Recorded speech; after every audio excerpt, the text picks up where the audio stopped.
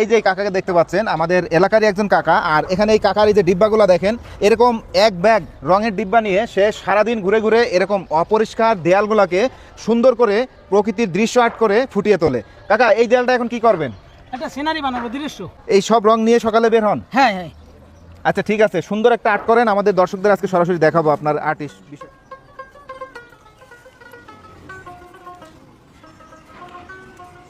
কাকা কত বছর থেকে আর্টের কাজ করেন?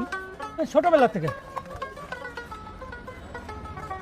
যারা আর্টের কাজ করে আসলে কি থেকে যে কি তৈরি করবে প্রথমে কিন্তু বোঝার লাইন নেই। এই যে দেখেন কাকা কিন্তু বিভিন্ন ধরনের সিস্টেমে আর কি রঙগুলো করতেছে। এখানে যে এত চমৎকার একটা জিনিস তৈরি হবে এখন, তো আসলে নিজের চোখকেই বিশ্বাস করতে পারবেন না।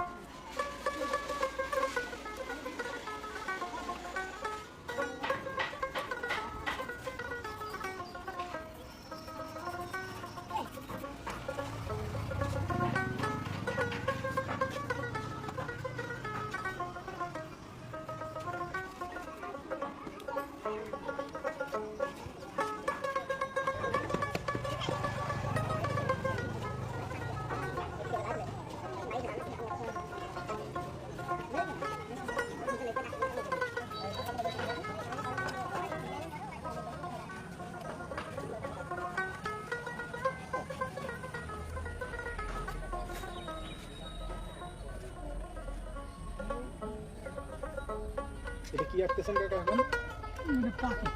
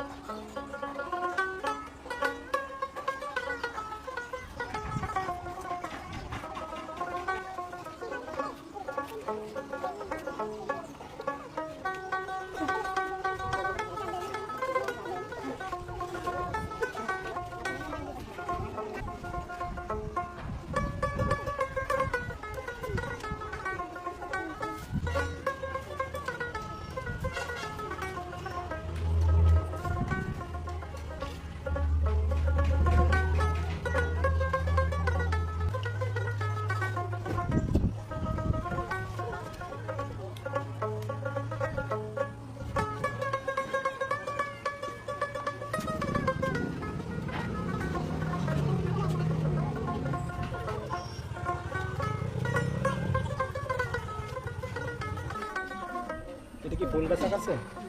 কৃষ্ণচূড়া ফুল গাছ মতো হবে আর কি।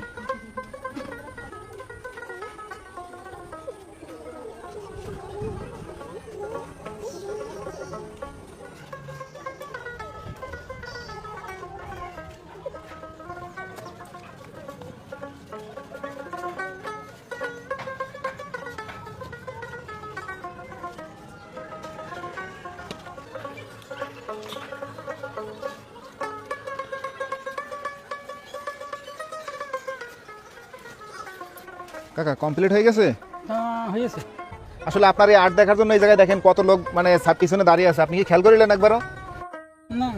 আসলে দর্শক একটু দেখেন, একটু কাছে থেকে দেখান যে এই যে প্রকৃতির দৃশ্যটা কতটা মন মুগ্ধকর, কতটা চমৎকার। কাকা একটু পিছায় দাঁড়ান, আপনারা আর্ট করা লাগবে না, যেটু করেছেন এইটুকুই মানুষ আগে দেখুক। এই আর্টের কাজ কতদিন যাবত করেন? অনেক দিন, বহুত দিন, বহুত দিন। ওই সেই ছোটবেলায় এইরকম বাচ্চাদের মতো বয়স থেকে। আপনি কি প্রফেশনাল মানে আর্টের কাজ করেন? আর্টের কাজ করি, টুকটাক টুকটাক যেখানে কাজ হয় করি, আর দেয়ালে দেয়ালে করে বেড়াই। তো এই যে নাম্বারটা দিছেন, এটা আপনার নাম্বার? আমার নাম্বার। এই নাম্বারে খোঁজ করলেই তো পাবে আপনাকে। ভালো থাকবেন, আপনার জন্য দোয়া রইলো। আর আপনার এই নাম্বারে যদি কেউ ফোন দেয় কাজের জন্য, আপনি সেখানে অবশ্যই যাবেন।